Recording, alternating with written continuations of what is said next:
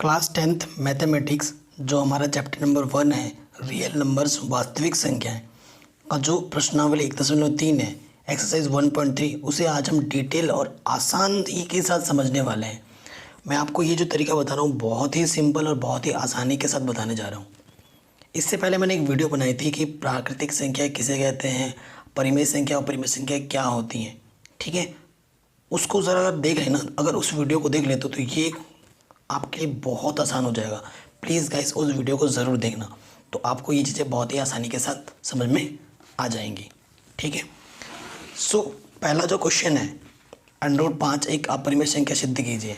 चाहे √5 हो, √3 हो, √7 हो, √2 हो, कोई भी अभाज्य संख्या अंदर हो और उसके बाहर अंडर रूट लगा हो, तो जो नियम होता है वो सभी के लिए समान होता है, ठीक है। ये नहीं कि 2 के लिए अलग है तो 3 के लिए अलग होगा, ऐसा कुछ नहीं है। सो सबसे पहला क्वेश्चन हम कर रहे हैं, तो सिद्ध क्या करना है, √5 को एक अपरिमेय संख्या, तो हम उसका उल्टा मान लेंगे। माना √5 एक परिमेय संख्या है। अब इससे पहले वाले वीडियो में मैंने बता रखा है, आपको प्लेलिस्ट में मिल भी जाएगा अगर नहीं देखा है तो। परिमेय संख्या क्या होती है? परिमेय संख्या, √5 को हमने परिमेय संख्या माना है, तो परिमेय संख्या को हम P/Q के रूप में लिख सकते हैं, जहाँ पर Q का मान क्या नहीं होता, 0 नहीं होता, वह P और Q क्या होते हैं, सहअभाज्य। सहअभाज्य है। सहअभाज्य का मतलब क्या होता है? अतः अगर HCF निकालोगे आप P और Q का, तो वो कितना आएगा, 1। ये होता है सहअभाज्य का मतलब, ठीक है। अब ये चीज़ हो चुकी है। अब √5 के बट्टे में कुछ नहीं, तो एक लिख सकता हूँ मैं, 3 से गुणा कर दूंगा, P एक कम P, और इधर क्या हो जाएगा, √5Q, ठीक। अब नेक्स्ट स्टेप में क्या करना होता है, दोनों तरफ वर्ग।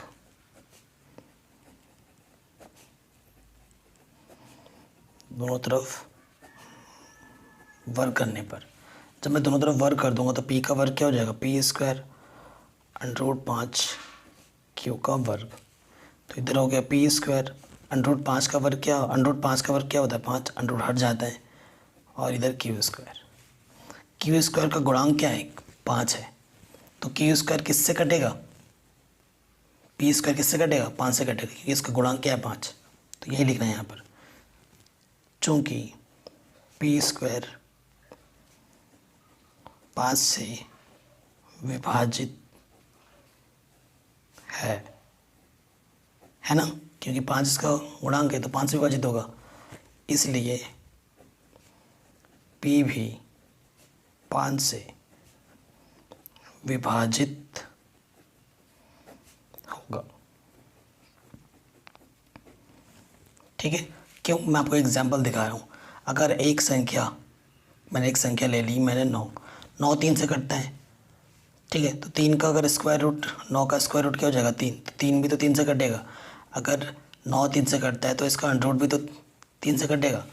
P² अगर 5 से कटता है तो P भी किससे कटेगा, 5 से कटेगा, ठीक है। अब क्या नेक्स्ट स्टेप में, ये प्रोसीजर है। अब क्या करना होता है, P को 5 R मानना है आपको, जो भी नंबर यहाँ होता है वो आपको मानना होता है, ठीक है। P = 5 R मान लेंगे। फिर क्या करना होता है, दोनों तरफ वर्ग।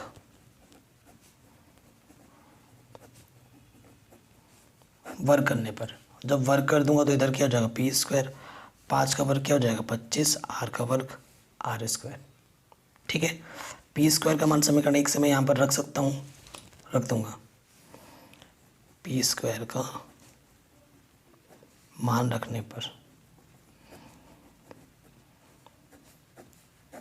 ठीक है, P² का मैं मान रखूँगा, तो यहाँ क्या रख दिया मैंने, 5Q², इधर क्या है 25 R², 5 इधर गुणे में इधर क्या हो जाएगा, बट्टे में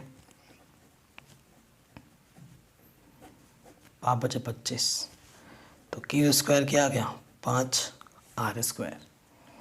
तो यहाँ क्या लिखो, चूँकि Q² किससे विभाजित है, 5 से, चूँकि Q² 5 से विभाजित है,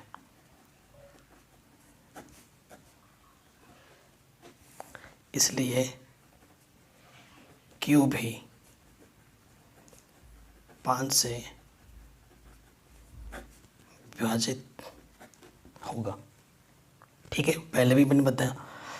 तो देखो, अब जो हमारा परिमेय संख्या का जो कॉन्सेप्ट है, वो कॉन्सेप्ट क्या है?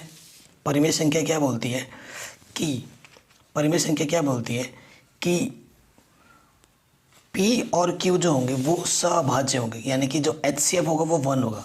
देखो, अगर P भी 5 से कट रहा है और Q भी 5 से कट रहा है तो इसका HCF 5 हो जाएगा, एक नहीं। और जबकि अगर परिमेय संख्या है तो उसका HCF कितना होना चाहिए था? 1 होना चाहिए था। और यहाँ आ कितना रहा है? 5 आ रहा है।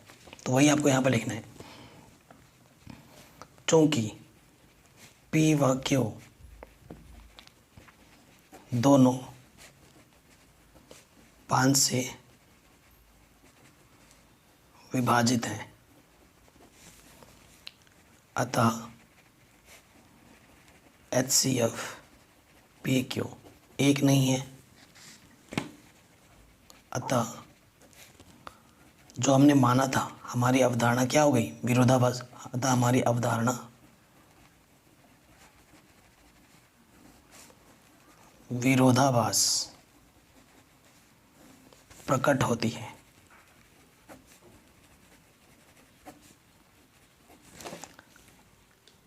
अर्थात √5 एक अपरिमेय संख्या है। ये आपका आंसर हो जाएगा, ये आपने सिद्ध कर दिया। ठीक है, आपको ऐसे ही हर एक क्वेश्चन में करना होगा।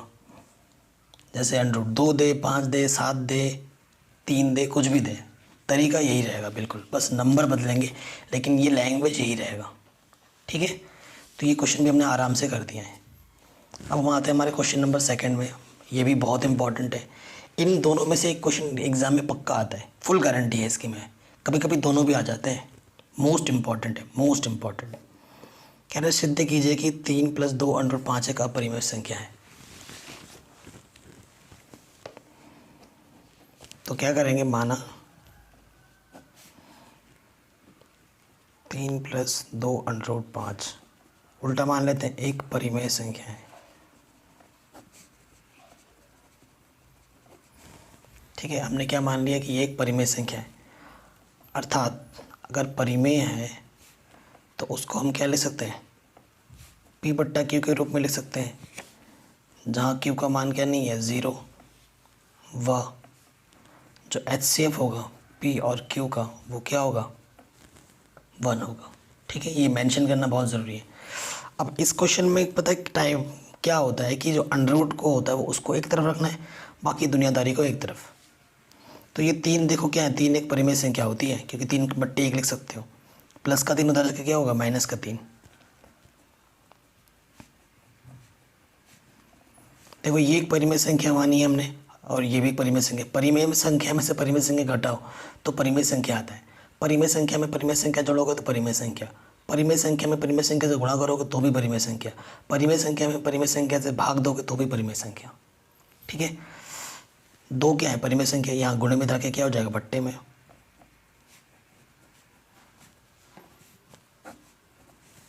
ठीक है, ये बट्टे में आ गया।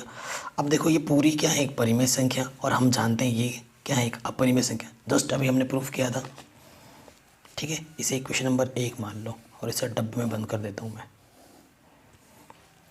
ठीक है, अब मैं यहाँ लिखूँगा, चूँकि P/Q - 3 पूरे के बट्टे 2 एक परिमेय संख्या है, वह हम जानते हैं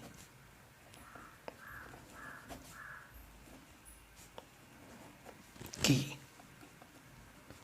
√5 एक अपरिमेय संख्या है। अर्थात देखो, अपरिमेय संख्या परिमेय संख्या भी आपस में बराबर हो सकती है? बिल्कुल नहीं। अर्थात √5 बराबर नहीं होगा किसके, अर्थात जो हमने माना था स्टार्टिंग पे वो क्या हो रहा है, विरोधाभास प्रकट हो रहा है। अतः हमारी अवधारणा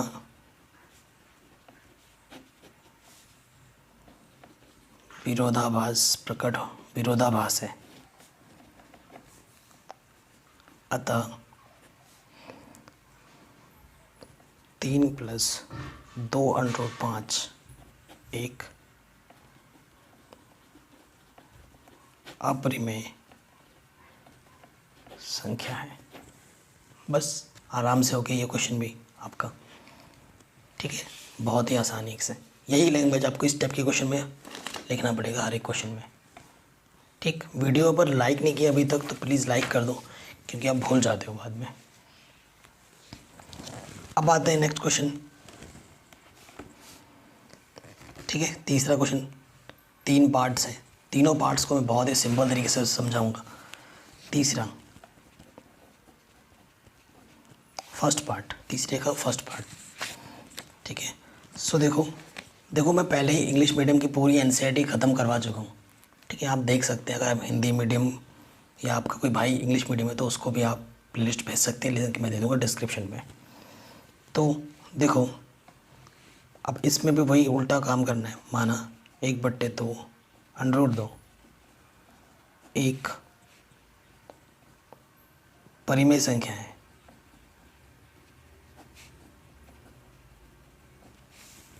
ठीक है। हमने इसको भी एक परिमेय संख्या मान लिया। अब परिमेय संख्या है तो क्या लिखना है, P/Q के रूप में लिखना है, जहाँ पर Q का मान 0 नहीं होता है। वह जो PQ का जो HCF होता है वो कितना होता है, 1 होता है। ये लिखना ही पड़ेगा आपको हर बार। अब देखो लॉजिक वही है। लॉजिक क्या है कि देखो अगर 3/2 अगर परिमेय संख्या है तो 2/3 भी तो परिमेय संख्या है, उलट दोगे तो भी तो परिमेय संख्या ही रहेगा। तो मैं क्या कहूँगा यहाँ पर पलटने पर, ठीक है, व्युत्क्रम लेने पर, पलटने पर।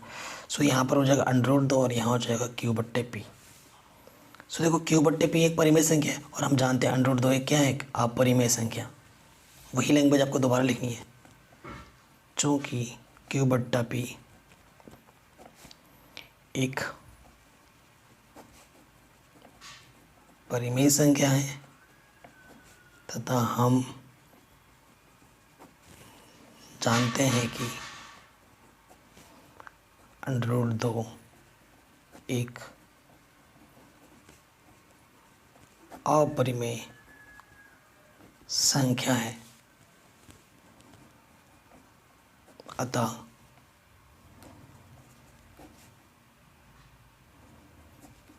ये चीज़ कभी भी आपस में बराबर नहीं हो सकती। अभी जस्ट ऐसा क्वेश्चन किया था, अर्थात 1/√2 एक अपरिमेय संख्या है।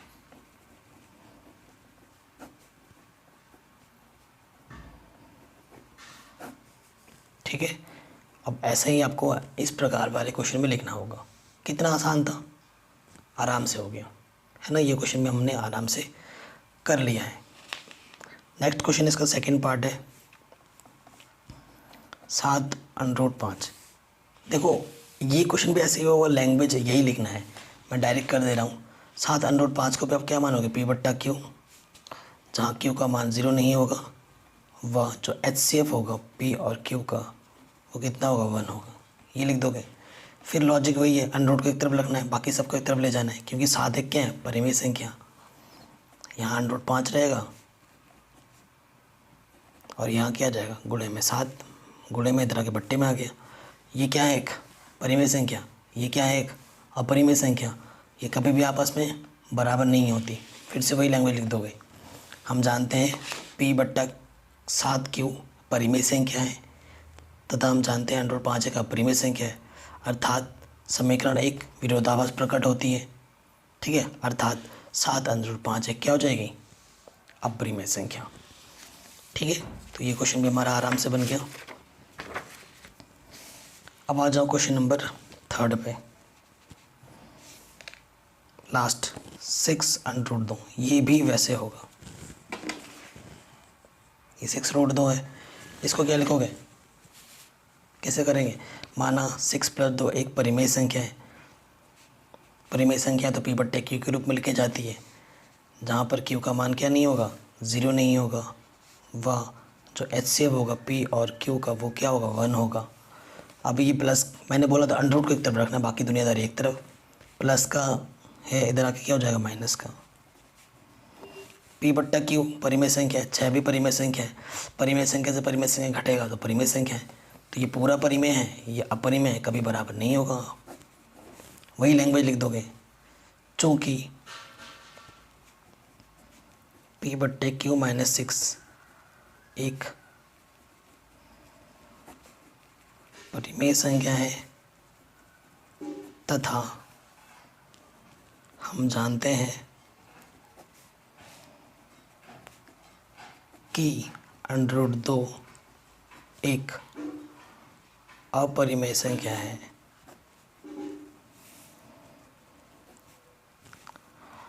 अतः